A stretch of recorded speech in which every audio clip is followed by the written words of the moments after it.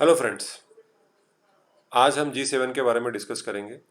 आज के the Hindu paper में बहुत ही अच्छा आर्टिकल आया हुआ है जो कि मैं आज डिस्कस करना चाहता हूँ इस वीडियो के माध्यम से। So let's start. I am professor Aditya Kedari.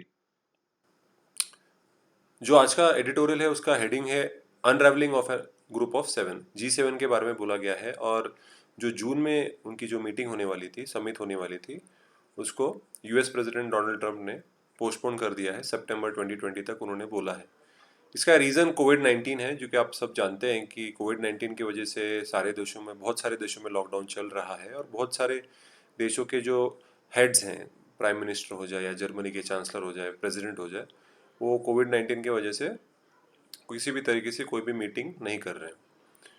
तो इसके पोस्टपोन करते समय जो डोनाल्ड ट्रंप साहब है, यूएसए के प्रेसिडेंट, उन्होंने बताया कि G7 को एक्सपांड करना चाहिए। उसका रीज़न है कि अभी वो, उनका ऐसा कहना है कि जैसा आप देख सकते हो कि इट इज़ आउटडेटेड। उनका बोलना है कि G7 is very outdated group of countries और लो उसको फिलहाल वो सारे देश को रिप्रेजेंट नहीं कर पा रहे हैं। तो ही सेइंग कि G10 या G11 को हम क्यों नहीं कर सकते, जिसके अंदर India, south Korea, Australia and possibly Russia, क्योंकि रशिया G7 में पहले था, इट वो G8। लेकिन 2014 में उन्होंने क्रीमिया को एक्सक्लूड कर दिया, उसको एनेक्स कर लिया था क्रीमिया को। उसके वजह से G7 G8 जो देश, ग्रुप ऑफ कंट्रीज था, उसमें से रशिया को एक्सक्लूड कर दिया गया था।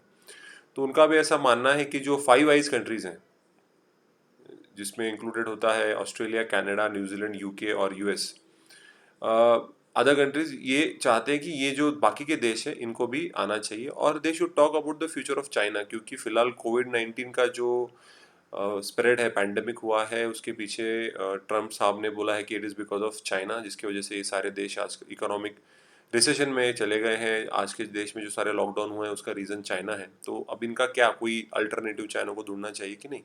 तो इस पे वो डिस्कस, ऐसा चाहते हैं, वो डिस्कस करना चाहते हैं।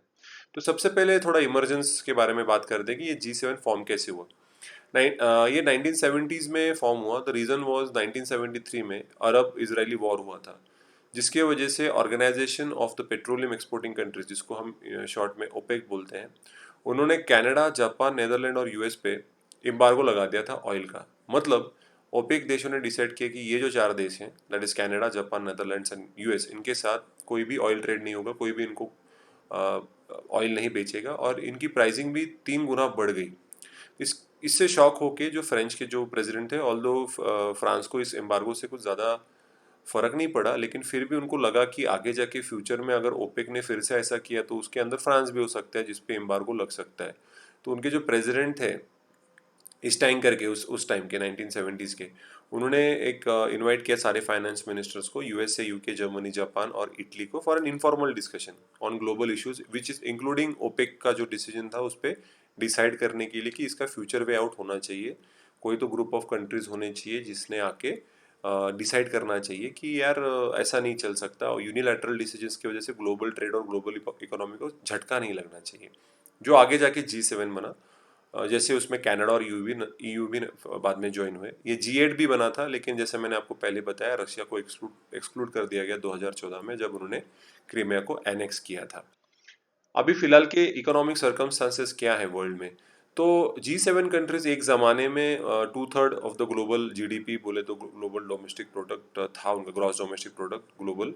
तो काफ़ी बड़ा हिस्सा G7 कंट्रीज के पास था। लेकिन 2017 में जो रिपोर्ट आया, PwC करके एक अकाउंटेंसी फर्म है, उन्होंने एक रिपोर्ट पब्लिश की, द वर्ल्ड इन 2050। इन्होंने बोला कि they now account for less than a third of global GDP. मतलब उनका जो 2/3 ग्लोबल जीडीपी था, अभी फिलहाल वो 1/3 से भी कम है on a purchasing power parity, और जो मार्केट एक्सचेंज रेट है लेस देन हाफ है। तो आप देख सकते हो कि उनका जो इकोनॉमिक वर्चस्व था वो धीरे धीरे कम हो रहा है G7 देशों का। और जो 7 इमर्जिंग इकोनॉमीज हैं, जिसको हम इमर्जिंग इकोनॉमीज E7 कहते हैं, Brazil, China, India, Indonesia, Mexico, Russia और Turkey, they account for over a third of global GDP on purchasing power parity और क्वार्टर ऑफ MER बेसिस। तो ये इनका मानना है कि ये जो इमर्जिंग देश हैं, इनका भी जीडीपी बढ़ते जा रहा है और इनको भी इंक्लूड करना चाहिए G7 के ग्रुप में। और इंडिया की जो इकोनॉमी है वो ऑलरेडी थर्ड लार्जेस्ट है दुनिया में with respect to PPP, that is purchasing power parity, only behind US and China. So 2050 की जो रिपोर्ट थी वो प्रिडिक्ट करता है कि 6 से 7 देश are going to be the best performing economies, जो कि होंगी China, India, US, Indonesia, Brazil और रशिया। 2 अदर कंट्रीज उन्होंने भी बोली, मेक्सिको, टर्की टर्की वो भी इंप्रूव करेंगे। इन्होंने ये भी प्रोजेक्ट किया था कि इंडिया का जीडीपी 17 ट्रिलियन से 2030 तक बढ़ेगी और $42 ट्रिलियन 2050 इन पीपीपी टर्म्स में बढ़ेगी। Second place after China, just ahead of US, मतलब हम सेकेंड आएंगे इंडिया का, उन्होंने ऐसा प्रिडिक्ट किया हुआ है। This is predicated on India's overcoming the challenge of कोविड-19। जो आप अभी देख सकते हो, जो कोविड-19 को जो सिचुएशन है उसके अंदर India has come up as a leader. उन्होंने दुनिया को बताया कि कैसे इस सिचुएशन को हैंडल किया जा सकता है और हमने बहुत अच्छी तरीके से इसको हैंडल किया सिचुएशन। तो उनका मानना है कि जैसे ये लॉकडाउन सब हट जाएगा, India will be one of the emerging economy जो कि यूएस को भी ओवरटेक कर लेगी 2030 तक, ऐसा उनका मानना है। लिमिटेशंस क्या है कि जो 2007-8 में जो इकोनॉमिक रिसेशन आया था, G7 ने वो प्रिडिक्ट नहीं कर पाया, उसको वो सॉल्व नहीं कर पाया, तो एक तरीके से फेल हो गया। और G20 उसके बाद जो G20 फॉर्म हुआ जिसके अंदर काफ़ी देश थे, उन्होंने भी थोड़ा बहुत ओपन मार्केट को प्रमोट किया, थोड़ा स्टिमुलस दिया, उसने प्रिवेंट किया कोलैप्स, जो ग्लोबल फाइनेंशियल सिस्टम थी उस वक्त, उन्होंने सब हेल्प किया। और G7 has not covered itself with glory, उन्होंने बिल्कुल कुछ किया नहीं है। जैसे भी आप कोविड-19 पैंडेमिक देख लीजिए, क्लाइमेट चेंज देख लीजिए, डैश चैलेंज जो हुआ था, crisis of state collapse in West Asia, तो इसके अंदर G7 देशों का बहुत ही सेल्फ सेंटर्ड अप्रोच रहा है। बिल्कुल उन्होंने दुनिया के लिए ऐसा कुछ नहीं किया जिसकी वजह से उनका कोई वाहवाही हो। और it had also announce that वो आउट फॉसिल फ्यूल का इस्तेमाल, उनकी सब्सिडी सब बंद कर देंगे। लेकिन आज के डेट में इवन फ्रॉम 1850 टू 2010 करके रिसर्च हुआ है कि 59% of the historic global CO2 emission इन देशों ने किया है। So twice more CO2 than those of the entire African continent, मतलब जो उनके जो कोल फायर्ड प्लांट्स हैं उसके उसके अंदर इतना ज़्यादा पोल्यूशन होता है कि अफ्रीकन कॉन्टिनेंट से दुगना वो CO2 इमिट कर रहा है, जिसकी वजह से क्लाइमेट चेंज हो रहा है, ओजोन हमारा डिस्ट्रॉय हो रहा है। और जो G7 के 3 देश हैं, फ्रांस, जर्मनी और UK, they were among the top 10 countries contributing volunteers to Daesh when they had between 22,000 to 30,000 foreign fighters just 2 years ago। और वेस्ट एशिया में जो भी टर्मोइल हुआ after the collapse of the Ottoman Empire, it led to a migrant crisis. और इस migrant crisis में बहुत Mediterranean सी में बहुत सारा प्रॉब्लम भी हुआ, लेकिन आगे जाके देखा गया कि कोई भी इस पर सोल्यूशन नहीं दिया गया थ्रू G7। अभी नए इंस्टीट्यूशन की ज़रूरत है। स्पेसिफिकली अगर आप देखोगे कोविड-19 का जो डिजीज़ है जिसकी वजह से इतना ग्लोबल इकोनॉमी बहुत ज़्यादा हैम्पर हुई है, तो दे नीड न्यू लीडरशिप, नया पॉइंट ऑफ व्यू होना चाहिए और नया रिजिलेंस भी होना चाहिए। और जो इंटरनेशनल इंस्टीट्यूशन जो प्रेजेंटली एग्जिस्ट करते हैं उनके पास भी वो भी कुछ कर नहीं पा रहे हैं। तो it would be ideal to include 7 future leading economies, जैसे कि Germany, Japan, UK, France, Mexico, Turkey, South Korea and Australia. और उनका ये मानना है कि इन देशों, उनका ये नहीं मानना है कि भैया G7 को हटा दो, G7 के साथ इन देशों को भी ऐड करके G10, G11, G12 जो भी हो, जिसके अंदर ऑब्वियसली इंडिया भी होना चाहिए, क्योंकि India also has emerge one of the good greatest biggest economies. तो इन देशों के साथ मिलकर हमने काम करना चाहिए ग्लोबल इश्यूज को सॉल्व करने के लिए।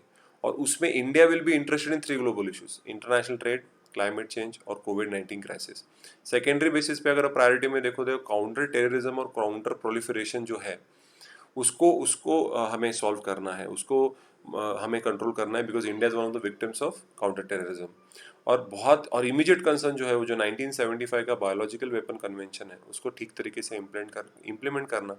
और कोई भी जो देश है जो इसका कोई भी टेक्नोलॉजी का इस्तेमाल करके किसी भी तरीके का माइक्रो ऑर्गेनिज्म या वायरस तैयार करता है, जो कि अभी चाइना ने किया, कोविड-19 ये मैन मेड है और चाइना ने बनाया, और उसकी वजह से देखिए अभी सिचुएशन क्या है।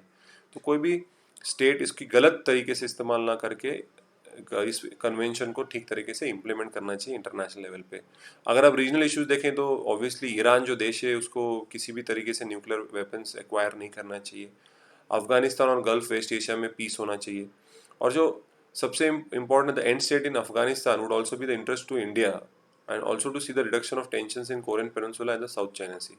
हम देख सकते हैं आजू बाजू में इंडियन ओशन में, कोरियन पेनिनसुला में, साउथ चाइना सी में चाइना बोलता है कि वो सारा एरिया हमारा है, कोरिया अपोज कर रहा है, बहुत सारे जो ईस्टर्न एशिया के जो देश हैं वो उसको अपोज कर रहे हैं। तो इंडिया का यही यही होगा कि इंटरनेशनल पीस मेंटेन करना है, इंटरनेशनल ट्रेड को बढ़ाना है, क्लाइमेट चेंज को कंट्रोल करना है, और जो अभी कोविड-19 क्राइसिस जो हुए हैं उसकी वजह से हमारा जो इकोनॉमी है including the world global economy, इसको स्टेबलाइज करना है। तो आप देख सकते हो आज के जो वीडियो था उसके अंदर मैंने आपको बताया कि G7 की प्रेजेंट सिचुएशन ऐसी की उसकी मीटिंग पोस्टपोन कर दी गई है और डोनाल्ड ट्रम्प साहब ने बोला है कि इस ग्रुप को हम एक्सपांड भी कर सकते हैं to make it G10 G11। उसके अंदर हमने देखा कि G7 इमर्ज कैसे हुआ। उसके बाद हमने देखा कि इमर्ज होने के बावजूद वो बहुत सारी जगहों पे ठीक से काम नहीं कर पाया है।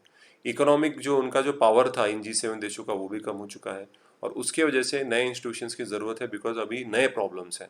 इसके लिए G7 के साथ बाकी के देश भी होने चाहिए जिसकी वजह से ग्लोबल इश्यूज़ को हम ठीक तरीके से रिजॉल्व कर सकें।